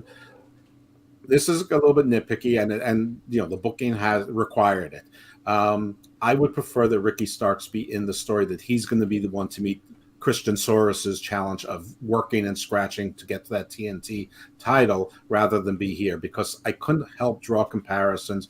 FTR, they're so about being the Four Horsemen and Arn and Tully. And so Punk is obviously Flair in this. And then who's Ricky Starks? Is he Sid Vicious, Lex Luger, Barry Windham? He's none of those guys. He's too lean. He's the Rock mini version. Well, he's not the Rock. He's more like the Slate Stone. I know. So I know. You know what I mean. just think this would be a place for a Wardlow, a Hobbs, a Lance Archer if they dusted him off, even a Miro maybe. I don't know. I'm just saying I don't see how this. He sort of fades into the background. He's like the other guy. He's more the Oli, but he's not even mean. So I don't know. This is a nitpick because it's not a big deal, and I don't think they're going to be doing 8-man matches, or they're going to be a faction for very long. But if they are, I just don't see where he fits in because he's so much the odd guy out. Okay, fair enough. Jimmy, we'll go to you next, and we'll give the main event spot to the vet after that. So, Jimmy, what did you think about the main event? Tell me. I loved the main event. Actually, this saved the show in many ways. Imagine we didn't get this main event. I would have said this show sucked. Like, honestly, if we didn't get this main event. And I will say it was better than last week's main event also. I feel, anyway. But, the only thing... I love this match, but the only gripe I had was all the spots in the ring where everybody's, sleeping on the outside, pretty much. And you always had a one-on-one scenario in the ring most of the times, if that makes any sense. You know what I mean? That was the only gripe I had, because first it was Starks and such, and then it would be another two, and then another two, and then another two. And, everyone was getting their shit in, which is cool, and I get it. I mean, it's an 8-man tag after all, right? But also, my gripe was Punk, as good as he was in this match, because last week he didn't do shit compared to this week. I felt like he was working hard. Well, tried to. I mean, do we need to see Bret Hart 97 with CM Punk? Because that's what I feel like this is. This is what it is. It's different, though, because it's organic, and it's not going to be U.S. No, but even Kevin Kelly said it. Kevin Kelly said the same thing on commentary during the picture-in-picture. I don't get picture-in-picture. We should keep track of the cities, but take this prediction. I think it's going to be sort of like U.S. northern, sort of hockey cities like Detroit, Chicago, Philly, New York, Boston. That will cheer Buffalo Punk, will cheer Punk, Right. your DC and your hardcore wrestling cities, and he's going to be booed everywhere else. I didn't know Canada was all Team Elite, but apparently they seem to be. But maybe it's because of Kenny. Canada is woke in a way that would make California blush. So put that out there. Socialized healthcare makes you weak. Yeah. No, but anyway, the right team did win the match. The right team absolutely won the match. It was perfect. But, man, I felt like Jay White absolutely... The Uranagis he was giving out was stiff, man. I felt like there was one that Punk really felt. It looked like he was like... It kind of hurt him, you know what I mean? He's like, oh, man, I'm too old for this shit. Well, it ain't ballet. It ain't ballet, absolutely. But Jay White really... I mean, everyone shined in this match. Everyone looked good. It didn't affect the losers. It made the winners look much better. And Jay White's abs, man. I mean, he's got the best abs in pro wrestling right now. Just quietly. I mean, not better than your boyfriend, John Morrison. No, I don't know, man. I've got a new boyfriend now in Jay White. But, no, really, this match is awesome. Still looks like a fucking $1 billion, to be honest. Yeah, well, that's what B12s will do to you, right? Yeah. But, no, great match. Thoroughly enjoyed it. The right team won, and that's that. All right. Jeff, give your plugs first, and then we'll go main event with the vet. Twitter at Icarus Fell. You can find me here on Hamin Media Group for Smack Attack Uncaged, and now the Wreckage, which I'm very happy to be a part of. And of course, we're from the PWC, so you can hear me on too many of their shows, our shows. I don't even know what to say: Skirmish, Machismo, Smack Talk, and sometimes additional. Heimerlock Hangover is on PWC as well. Big Daddy Cool Steve Pena, and Garden of Doom, Garden Views. And I'm running out to do a Garden of Doom, so I hope you guys check that out. There's nothing wrestling involved with Garden of Doom or Garden Views, except for a few of our guests. PJ Black's been on, Vincent from Ring of Honor now, and a local announcer who's sort of been making her way in the round. So I appreciate the leeway. Everyone enjoy the rest of the show, and make sure you look for our Forbidden Door coverage, which should be coming, if we can stay awake, immediately after Forbidden Door 2. Forbidden Dog? Sure, that one too. I'm joking. All right. Thank you, Jeff. Thanks for joining us, and good luck in the Garden of Doom today. I hope that you grow Goodbye, something Jeff. really excellent. Bye, Ven. It's always great seeing you. I mean that. Yeah, it is. It is always great seeing me. Bye. I agree. It is. You're very handsome. Yep. You're a very handsome Yep. man. I am. Sculpted chin, Yep. All right, Jeff. And I don't have a beard. Bye. just like Kaya. All right, Vet. Let's stop doing all this amateur shit and really get to the veterans. I thought he'd never leave. Canada Spaceman's in the chat saying, yeah, this was a long podcast. My ass is no motherfucker. This is like the shortest Hamin Media Group podcast you can get. Oh, no, it really Still, is. and we're not even done yet. This is what happens when I run the show. We're the That's fuck right. out of here in an hour and a half. Yeah, baby. And I'm not going to add too much to it. But I will say a few things. Number one, for all the people that are like, you know, when Punk was coming back and people were saying like, is it worth it? Shouldn't they just release him already? Why do they have to deal with this and shit like that? Okay, well, for anybody that ever questioned whether it was a good idea to bring this person back, or if people cared, or if there's any interest left in this guy, or blah, blah, blah, questioning any of the stuff, go back and watch the beginning of this match when he comes out and listen to those people. For the first, no matter which side they're on, listen to those people. If there was indifference, nobody would have bothered to boo, right? It's just, you don't get these kind of reactions. You only get these kind of reactions if you're in a Bloodline story or if you're one guy named CM Punk, okay? I'm sorry, that's just where wrestling's at. Maybe that's an indictment of where the industry is at. It very well may be. I'm not saying that Punk is some amazing guy deserving of all this, but he's getting it. So when people are bringing him in and paying him money, you can kind of understand why if you were to watch this match from as recently as a few hours ago. So there you go. That's number one. Number two, forget about Bret Hart 97. How about Hulk Hogan 85? Because Jimmy, you saw in the picture, did you see him do the big boot and the leg drop? Yes, I did. As a matter of fact, it's true. And he done the cup. Mm-hmm. I mean, seriously, yeah. Punk was, he was wearing pink. I mean, shit. He was in Canada wearing pink. Maybe he was hoping to get cheered, but he was. But still, you're right. He would have done better coming out with the Maple Leafs jersey, but yeah. Right. So that right there, and the energy carried throughout. People were excited to see, you know, Jay and Punk. They've done a little bit of business. If you follow either of those guys or whatever, like I know Jay White for sure was like posting pictures from last week, and so they're either he's going into business for himself or there's a plan for these guys.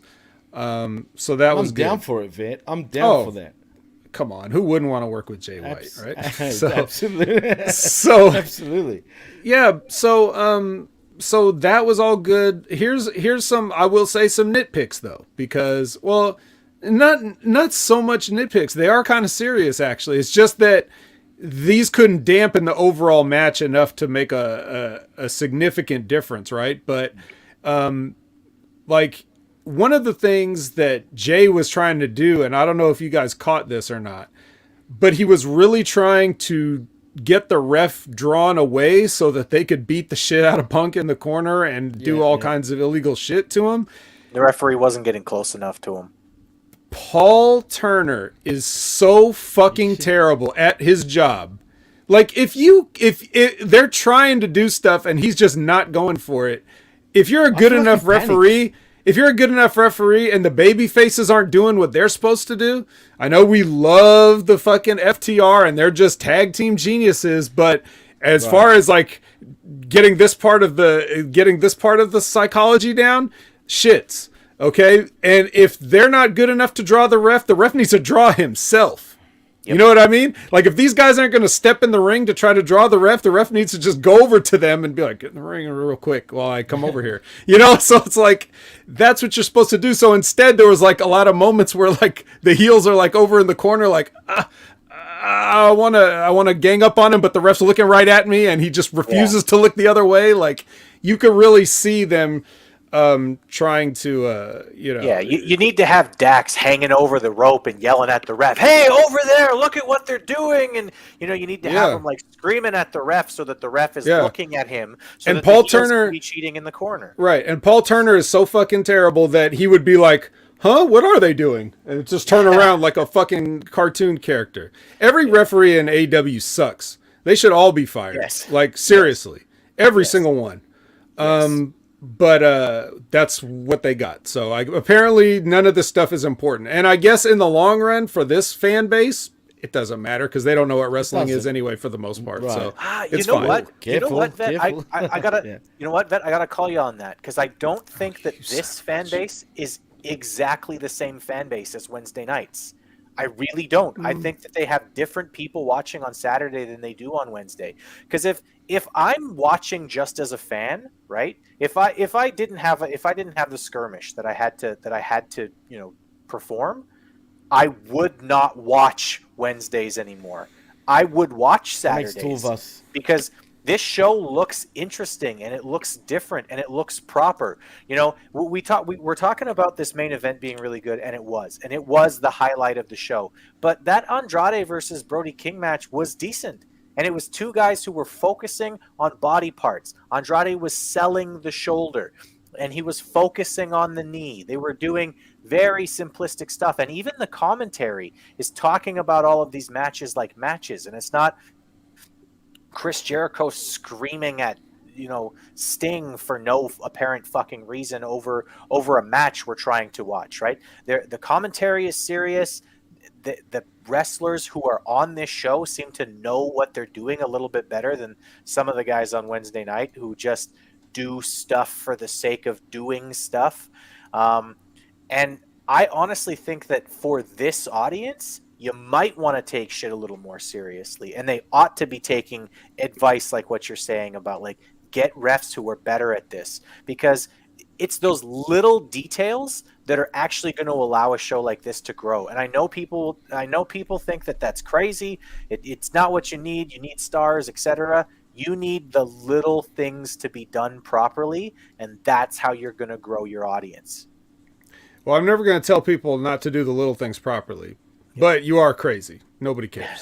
And I don't really see this being that different than Dynamite. I mean, you'll see it. It already slid from week 1, and it's going to keep sliding, and eventually they're just going to balance out. You're going to have some good matches. You're going to have more good matches on Dynamite than Collision one week, and then vice versa the next week. You'll see it over time. It's just, it's something slightly different, so everybody's not getting the full picture yet. But regardless of that, if you're a professional wrestling referee, you got to do your job. I mean, that's it. I don't know how much the fans care, but they are, for people like us, it does make a difference. Or what you're doing is, as good as this match is, we could be talking about how great this match is if they had done some more stuff. But the referee, as Rip Rogers always says, a bad ref can kill a good match. Absolutely. And this ref didn't kill it because the match had too much heat going in just by the personalities of it. But Jimmy, what were you about to say? Tag matches. I find especially tag matches, though, like the referee is a big part of a tag match because the point of a heel tag team is to cheat, right? Like you find little ways around it. And if the referee is staring right at the heels all night, like you fucked up the whole story of it. Like, how is the heel going to cheat if you're staring right at him? You have to get distracted. And if you don't know that well enough as a ref, like you said, you take something from being potentially great to being, it was all right. Jimmy, you were saying something. I'm sorry. Oh, I was going to say, what's even worse and sad, actually, Vet? the fact that Turner is their senior official. Right. Can you believe that shit? I Yes. mean, that's how bad he is. I can. And he's the senior official. Nah, but yeah, they need to fire every single referee 100%. The problem But it's is, funny. who you gonna replace him with? I was gonna say that. Yeah, That's true. sorry. But G Ball in the Yeah. chat says, "Vet, would you ref?" No. No, you For a wouldn't? couple of reasons. Number one, I'm not going on the road for anybody. Secondly, Fair enough. They treat referees like second-class citizens, right? Yep, and I'm that's not true. some kind of like, despite what anybody might think, I'm not some egomaniac who needs to be treated like a superstar, but I didn't want to be a wrestler in the first place. I learned to wrestle. I didn't want to be one. It was just a case of, Thanos grabbing the gauntlet and saying, fine, I'll do it myself type of situation. Not so much that it was my dream and I always wanted to. Yeah, it wasn't that. But I've seen how refs are treated, and I'm not going to be one of those guys. I'm not going to end up like Charles Robinson crying on an episode of Hidden Treasures or anything.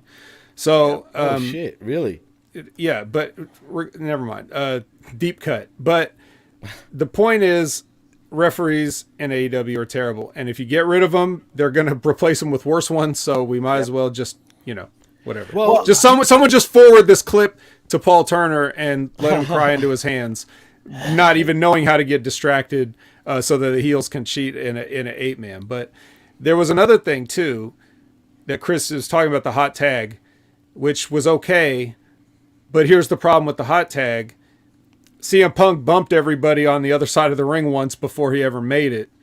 So rather than just keep selling and keep making it to the corner and struggling to finally get to the corner, eventually he beat up each guy a little bit before he finally made it, which kind of, brought Ricky Stark's comeback down a little bit. Ricky Stark's kind of made up for it. He did good. Another thing I noticed, somebody mentioned the Dax and I think it was you, Chris. Didn't you mention Dax and Juice in the corner for Juice a in little the too long. corner? Yeah. Did you notice how Dax wouldn't even blink when Juice chopped him? Yeah, Like he just stood there like, what an asshole. Can't even blink your eyes on a chop. Like you're just going to stare at him and just be like, nope, an my idiot. turn again. What a fucking asshole. And these two dude. guys, and I'm talking about FTR, think they're such like the best They tag do. team going around. What about They the other do. one, Cash Dax, whatever the fuck? Cash Cashin. Cash Cashin. Cash Cashin and Dax Daxon. Dashin. Dax Cashin funny. and, Wild the other Wildson and the one that did a suicide or whatever the fuck through the middle. right, of and the- almost died. Yeah, that was Don't do that ever again, please. No Don't flips, ever do just that again. fists, unless Yeah, unless right. collision. hey, he didn't flip. He didn't flip. He wasn't supposed to flip, but he sure enough did when he went into that guardrail. He ended up flipping. I'm sure he meant to just go straight out, but that's how good he is at it. He's just copying his heroes in the Rock and Roll Express doing those suicidas. Like I know that's what that's exactly what Ricky Morton would have done in that situation. So, but overall, I think we can all agree that despite getting his hand raised, it wouldn't even have to do with that. It could have been Juice Robinson getting beat again. But the real star of the match was Jay White. I'm not just saying that because I'm his flag bearer. Everybody saw it. Like, he engineered the entire heel side of the match. Man, he really did. Chris pointing out the thing at the beginning. That's one of Jay White's signature moves. The powder. You gotta open with the powder. So many times he's opened with the powder. It's such an effective maneuver. But you see that from him trying to and failing to engineer the heels cheating in the corner because of stupid ref. You see him getting his shit in, with the main event guy and the guy that's eventually he's probably going to have a program with to really get over. Even in a loss, he knows how to get over in a loss.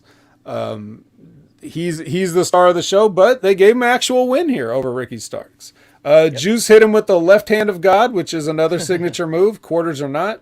So it gives him that out, which is perfect Jay White. It's like, yes, he won, except there's this other thing that we don't want to talk about. It was all me, Jay White. I did it. Nobody else helped. And that's part of the genius of his character. So Heels lie. And Juice even has improved tenfold, I think, the more as we go in every week with Juice and Jay White, they both seem to bring each other up, and I'm loving seeing that, man. And I'm not just saying that because I've been fans, especially of Jay White, for how many years now, but I'm just happy to see him get his flowers for once, man, because he's earned it. He deserves to be in that spotlight, man. Yeah, well, I'm seeing more of what I heard about Jay White than I have seen what I heard about Kenny Omega in Japan. We'll put it that way. It's true.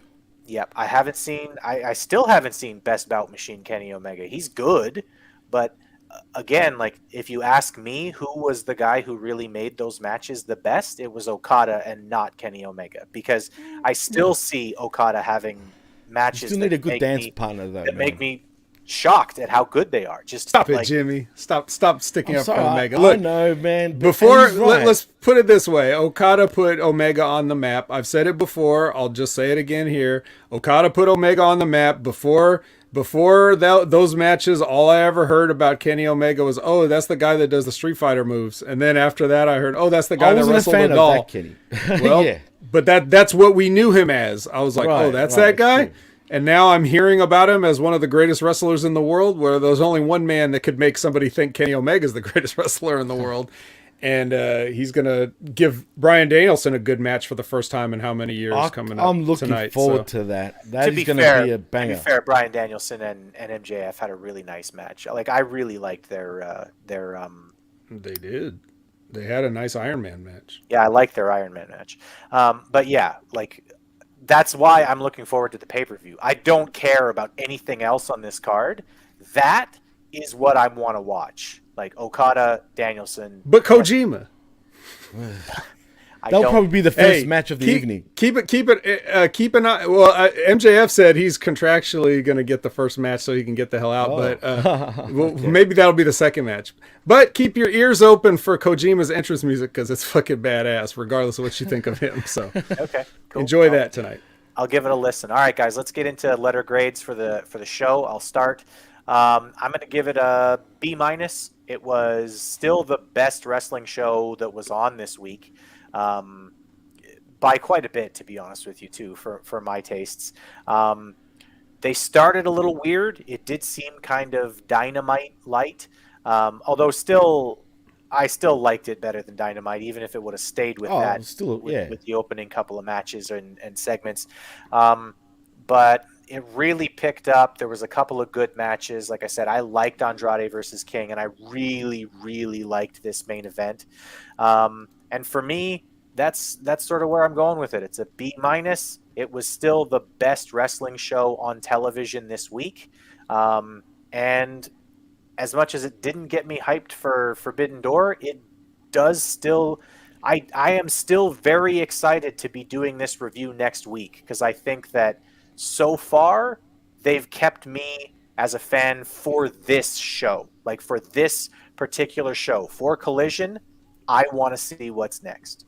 Jimmy, we'll go with you next, and we'll let that main event.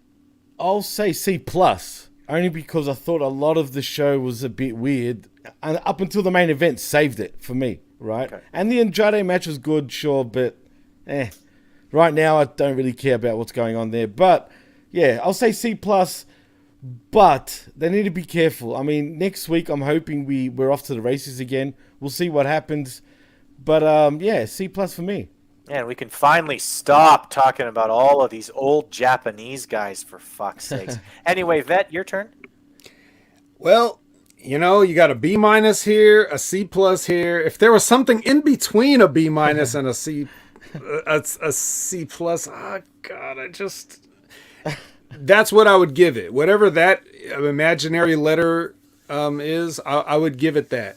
I think the good thing about Collision, after 2 weeks, the show, to me, still has no identity as of yet. It's just too early to say. But what I will say is this. Much like Dynamite, or even Rampage to an extent, the stuff that I don't care about, it's like the anticipation of like, oh, what's next?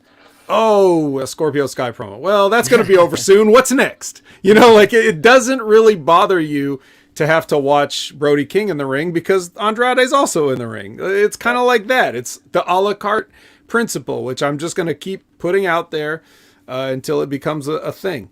So that's very much what I get with this show. I'm always like, what's next? What's next? What's next? Without being completely unable to savor what's come before if it was good.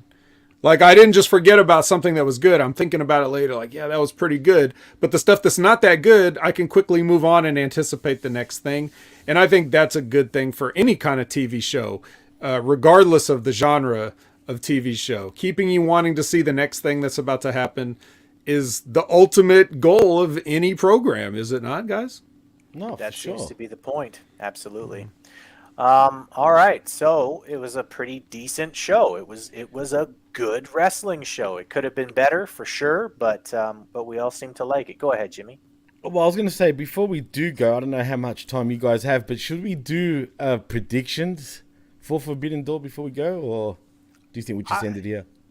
I guess we could do predictions. Real quick, Jimmy, tell us what the card is, and we will run through predictions. And I mean run through them, because I'm ending this before 2 hours is up. Yeah, look, we don't have to do it. It's all good. I mean, maybe I'll do a separate show for that anyway. I mean, it's all good. At the end of the day, I don't know how many people really care, but... Fans can predict their own winners and losers. Yeah, let them predict. Okay? It's all good. Don't worry. I was just putting it out there. Yeah, you know what? You know what's going to happen? There's going to be a bunch of Japanese guys who have matches where they're really awkward and they can't move around because it's a bunch of old Japanese guys. Yeah, it's not going to mean anything in the long run. No storylines will be pushed forward, and we will see an excellent fucking match between Okada and Bryan Danielson. Which Okada will win. Yes. Yes, he should. That's my prediction. Anyway, Jimmy, tell the people where they can find you. Well, you can find me right here on channelattitude.com, where we talk not just about Collision, and we sift through the wreckage after the collision. I like that saying, actually, Chris. That's a good one. But you can also find me at the PWC Network, where you can find all our other shows where we report on Raw, SmackDown, everything pretty much in professional wrestling. And please like and subscribe at Hamin Media Group.popping.com, where you can also find our affiliate shows. But if you want to follow me on Twitter, you can at DJ Mass Effects, and you can also follow us at the PWC Network. And that's about it. Awesome. Well, ditto for me, basically. Vet, where can the people find you? Well, I said I'm going to keep it short, so I will. You can find me at twitch.tv/opinionhaver, where I'm about to go right after we get off of here. So go ahead and follow me there and watch me get into a fight in the streets. Right on. Well, street fight. Wow.